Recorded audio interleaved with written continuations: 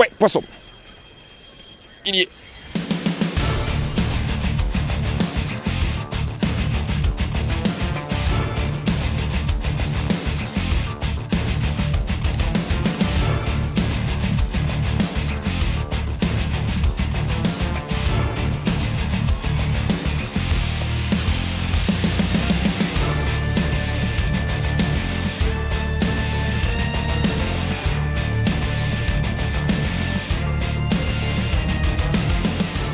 Salut à tous et bienvenue dans cette nouvelle vidéo. Vous me voyez arriver là, avec le spot derrière? Oui, effectivement, on est en plein été, il fait très chaud et on est après une petite journée de boulot. Donc on va se pêcher aujourd'hui cette rivière en coup du soir, toujours pareil, en ultra léger. J'adore faire ça. Donc le matériel, vous le connaissez, ça sera toujours le même et dans tous les cas, je vous le mets en description de cette vidéo. Toujours ma canne Caperlin Wixom 5 en 0,5, 5 grammes, 2,10 m. Mon petit Okuma ITX en taille 1000, ratio H rapide. Une petite tresse Caperlin en 6 centièmes. Et il va y avoir de la nouveauté, c'est pour ça que je vous cite un petit peu tout le matériel, parce qu'il va y avoir un petit peu du nouveau au niveau du bas de ligne. J'ai vraiment voulu trouver et tester quelque chose qui me permettrait d'être encore plus discret et, en théorie, essayer de faire plus de poissons et potentiellement défier les poissons un petit peu plus méfiants et réussir à les piquer ceux-là. Donc, du nouveau à ce niveau-là, on va en parler dans la vidéo, ne vous inquiétez pas. Et vous le savez, quand je pêche en ultra léger, j'utilise principalement des petits leurres et des petits leurres durs. Alors, il y a aussi des petits woodlouse, des petits insectes en surface, mais c'est principalement des petits poppers, des petits stickbait et surtout des petits crankbait. Petite nouveauté, aujourd'hui, on va pêcher avec des leurres encore plus petits, donc vraiment des micro-leurres. C'est aussi pour ça que j'ai adapté le bas de ligne, vous allez comprendre. Vraiment des tout petits leurres et principalement, même quasi exclusivement, des leurres souples. Donc je vais vous les présenter petit à petit et en gros j'ose espérer que en coup du soir, très peu de temps de pêche, avec un bas de ligne encore plus adapté pour défier les poissons, défier leur méfiance surtout, et des tout petits leurres pour faire un maximum de touches et aussi essayer de duper les gros poissons, et bien avec tout ça j'espère qu'on va passer une bonne session. C'est parti. Allez, je vais attaquer avec une petite Nimble 1,2 pouces de chez Crazy Fish que j'ai monté avec un hameçon fin de fer non plombé. Je vois pas mal de monde en surface, des petits, des moyens, des gros. Alors, je vais pas pouvoir jeter très loin, mais je vais pouvoir aborder ces poissons plutôt en surface. On verra s'il faut jeter plus loin ou pêcher plus creux, on mettra une micro-tête plombée. Mais pour l'instant, je vais essayer de repérer des poissons en surface. Ça serait vraiment rigolo. Il y en a un qui est posté là. On va essayer, sinon on va bouger ailleurs. Tac.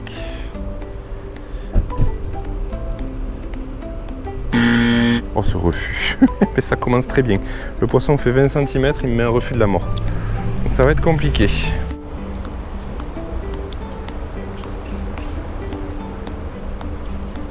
Oh là là. C'est pas possible d'attraper un poisson si petit, les gars. Quand je vous dis, ça sélectionne pas forcément. Un petit chub. Allez, on ne touche même pas. Je vais essayer de le remettre dans l'eau de suite. Hop. Allez, voilà. Perds pas de temps avec ça. Et surtout, on les abîme pas. J'avais pas ferré en fait, pensant qu'il allait recracher, mais non. Il y en a un là-bas. Oh, loupé. Oh, loupé, il l'avait bien pris celui-là. Ah, il l'avait bien pris. Ça, il m'a déchaussé le Nimble. Dommage, il était plus joli celui-là. Vous les voyez pas trop en contrebas, mais il était plus joli. Ouais, poisson. C'est pas très gros non plus. On monte légèrement en taille. Mais voilà, l'idée de la pêche au micro-leurre, c'est ça, c'est d'enchaîner la touche. Allez, je vous le montre sans trop le toucher, bon c'est pas grave. Parce que j'ai les mains toutes sèches en fait. Il fait très chaud. Et donc les poissons, je veux pas les manipuler si c'est pas nécessaire. Donc là, hop, hameçon sans ardillon, il va sortir tout seul et il va tomber dans l'eau. Plouf, voilà. Petite Nimble, ça marche très bien, c'est cool. Il y a un peu de bordel là, il y a un peu de poisson. Oh là là, refus. C'est un petit capri. Il y a papa qui arrive, il a entendu la bouffe tomber là. Et il est venu voir. Il est là, il l'a vu. Il l'a pris. Oh putain. Vite, vite, vite, vite. Ah la Nimble 1.2. Alors là, purée les gars, il y a de tout là. Il y a des herbes. C'est le merdier. Oh, comment je t'ai eu mon gars. Oh, je t'ai eu. Ah, je t'ai bien eu là. Ouais, mais alors je t'ai pas sorti par contre. tiens bien la tête hors de l'eau, histoire qu'il se fatigue un peu. Il va falloir qu'il passe là, là. Ouais. Ça c'est cool. Ça c'est cool. Ça c'est cool parce qu'il est beau celui-là. Hein. Et ils sont pas faciles à duper ceux-là. Yes. Wow. Vraiment pas facile à duper ceux-là. Donc avec un fil extra fin et un tout petit leurre. Et ben voilà, chub dans la filoche. Et vraiment piqué à bord de gueule avec le nimble. Il s'est même décroché. Ah non, c'est le leurre qui remonte le long du fil.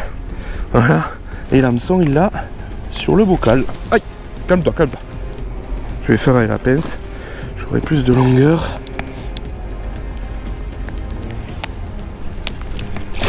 Eh ben, c'est bon, j'ai sorti l'hameçon. Petite pêche en surface à vue comme ça. Trop cool. Ah, c'est un joli pépère, hein. C'est un joli pépère. Hein. Je sais pas s'il fait pas les 50. On va essayer de le mesurer. Oh bah oui. Oh bah oui. Allez. Oh, ça fait 51 ça. Allez, on le remet à l'eau.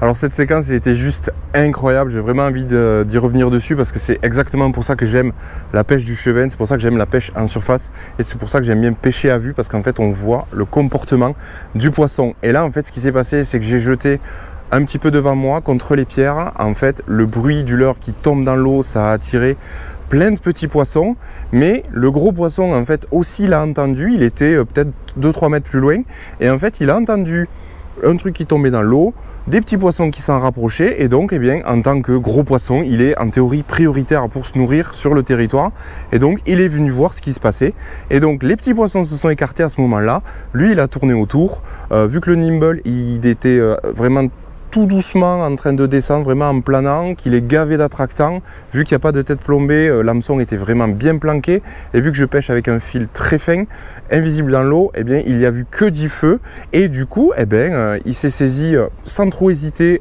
du leurre, et après, joli combat, dans les pieds comme ça, vraiment cool, un poisson de 51 cm, c'est vraiment cool quand on commence la session.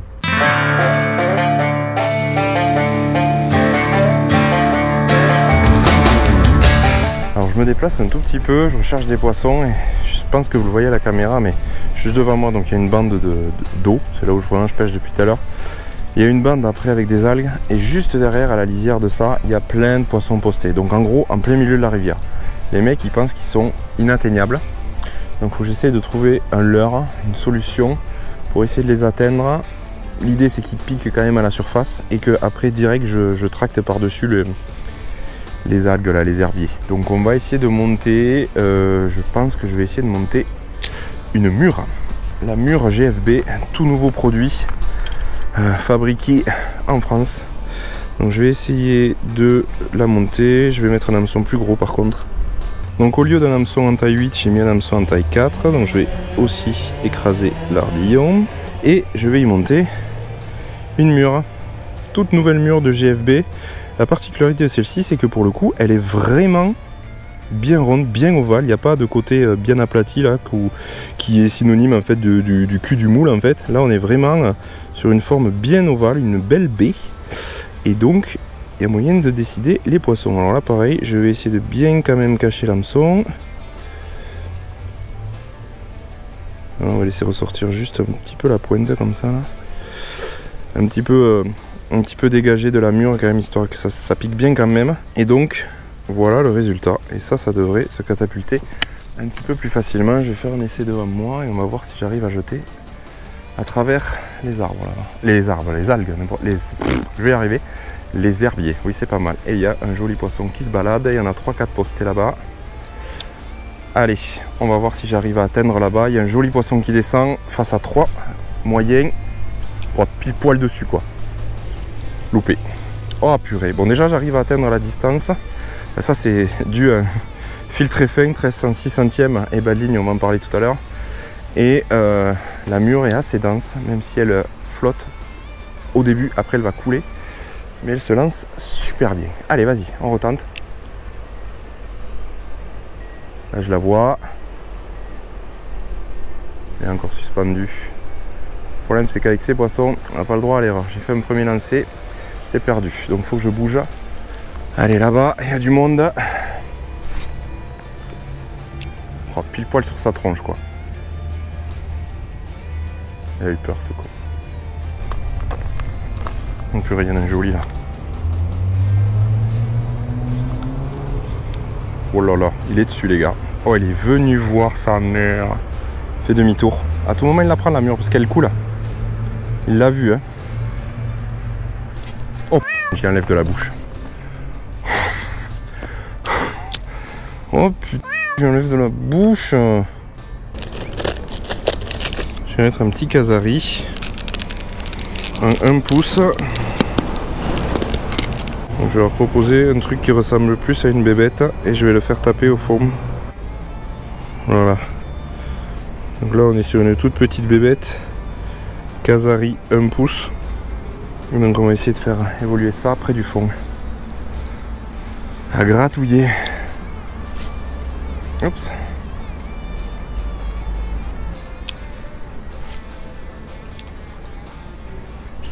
Ouais, poisson. Non! J'ai loupé. À la tombée. Bon, allez, on va bouger si ça veut pas.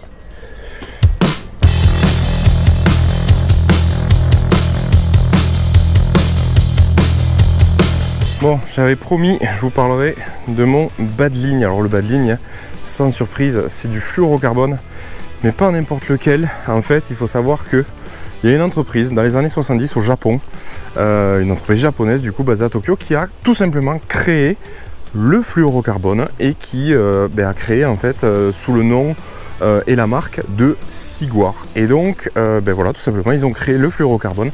Et il y a plus d'une dizaine d'années, il y a une société européenne, donc Art Fishing, qui distribue les leurres comme Fishes, que je vous ai déjà présenté notamment.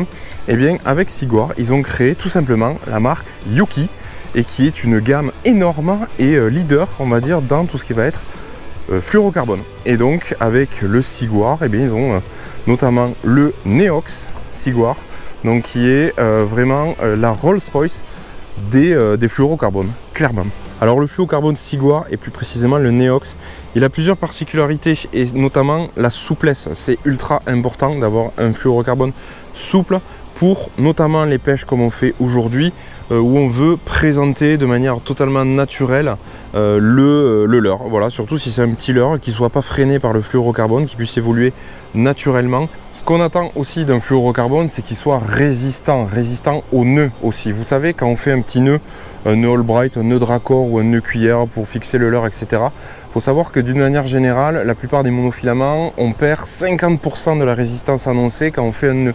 Et le Neox Siguar, lui, c'est seulement 30% de perte de résistance, donc c'est assez impressionnant. Il est constitué donc de polymères multidirectionnels et une double structure de fluorocarbone.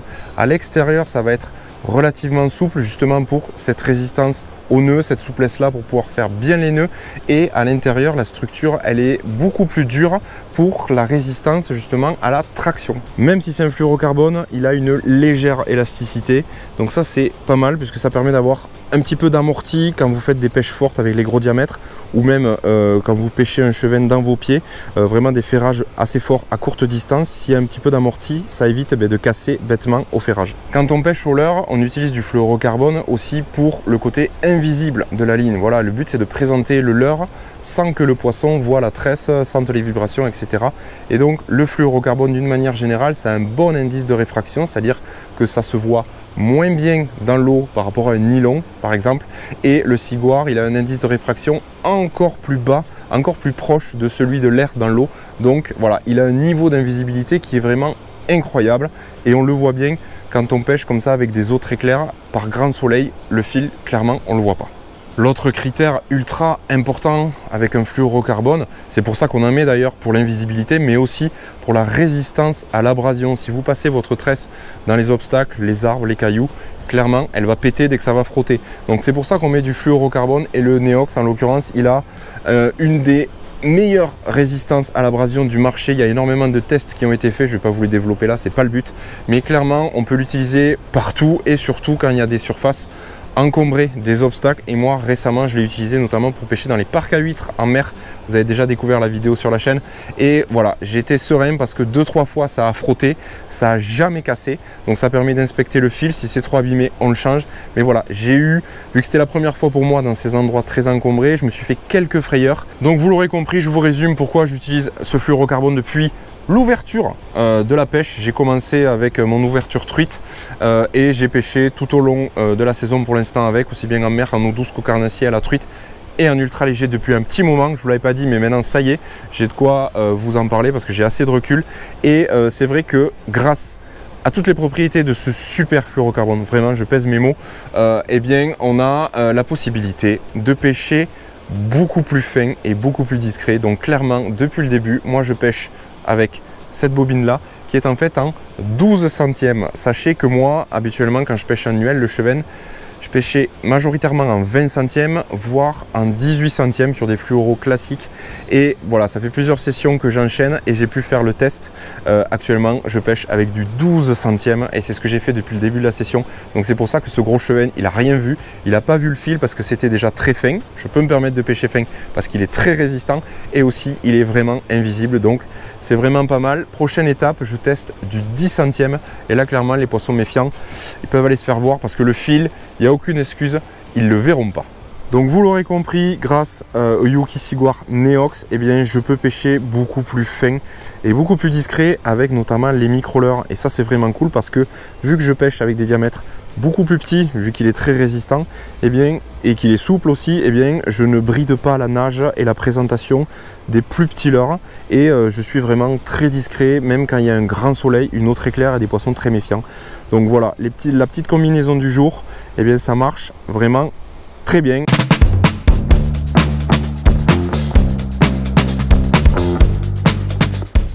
Je fais du petit repérage tout en haut. Là, vous allez le voir en dessous. Il y a une arrivée de flotte. Là, ça sort, là, il y a une arrivée d'eau. Donc ça brasse de l'eau, donc ça fait de l'oxygène. Et aussi, bah, c'est une arrivée de la ville, hein, donc ça amène de la bouffe que les Cheven adorent. C'est un peu dégueulasse, mais bon, ça tient du poisson et on va essayer d'y présenter une petite bébête. Et tout le long des quais, là. Allez, on redescend après le repérage. Bon, je voulais pêcher la sortie d'eau là que j'avais repéré, mais bon, il y a des gens qui sont passés, qui ont regardé les poissons et du coup ça les a fait partir. Donc je vais attendre qu'ils se repositionnent.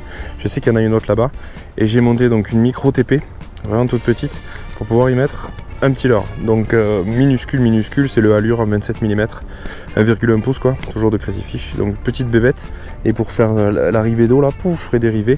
Ça sera mieux qu'un petit shad ou autre. Donc on va essayer de faire ça. L'avantage c'est que tous les leurres que j'utilise depuis le début, ils ont des attractants vraiment calamar. Ça sent très fort. Donc c'est sûr que déjà le poisson, s'il le prend, il va le garder plus en bouche. Et potentiellement s'il rôde autour, il va sentir l'attractant et ça peut décider des poissons. Donc sur une micro TP, j'utilise celle que j'utilise en area au final. Et ça fait un petit montage comme ça. Donc là on va essayer de présenter ça dans le courant et de faire du poisson. Allez, il y a une arrivée d'eau assez dégueulasse, je vous dis pas l'odeur, mais c'est sûr qu'il y a des poissons dedans. Poisson. Yes. Ah ben là le petit Allure il s'est fait gober. C'est cool. C'est cool. Voilà, allez petit chub, on va pas l'embêter très longtemps. Mais bon, petit chub, calme-toi. Petit chub qui s'est fait piquer au Crazy Fish Allure. Hop là, voilà. On va essayer d'en faire un autre. Poisson. Oh, qu'est-ce que c'était ça? C'était une truite arc-en-ciel les gars. Mais qu'est-ce qu'elle fout là la meuf?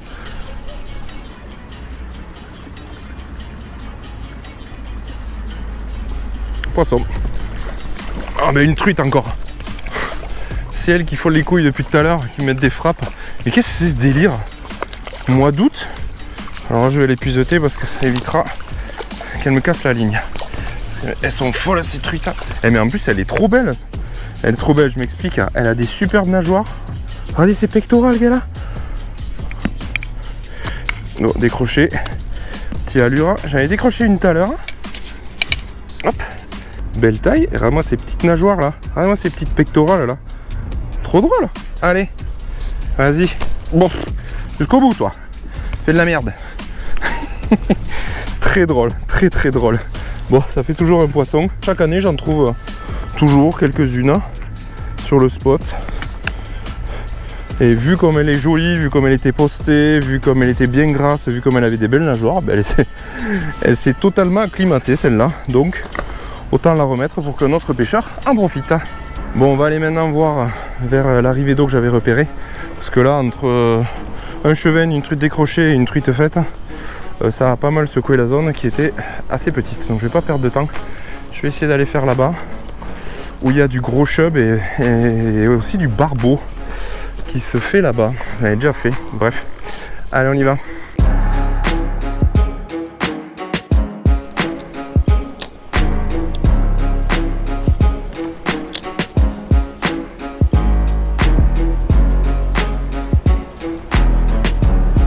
Oui.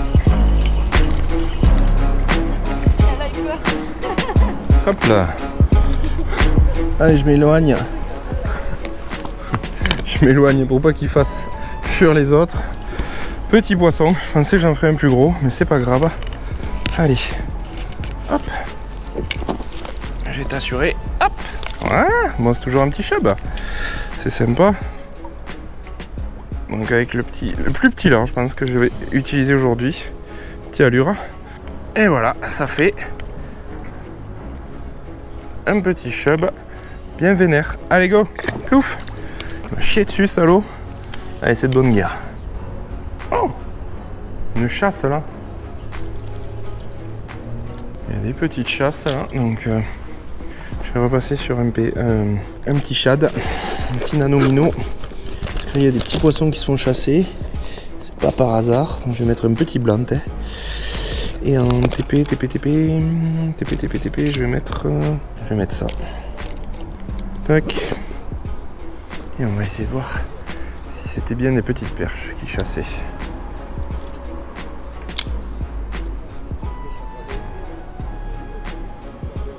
Ça bouge là-bas.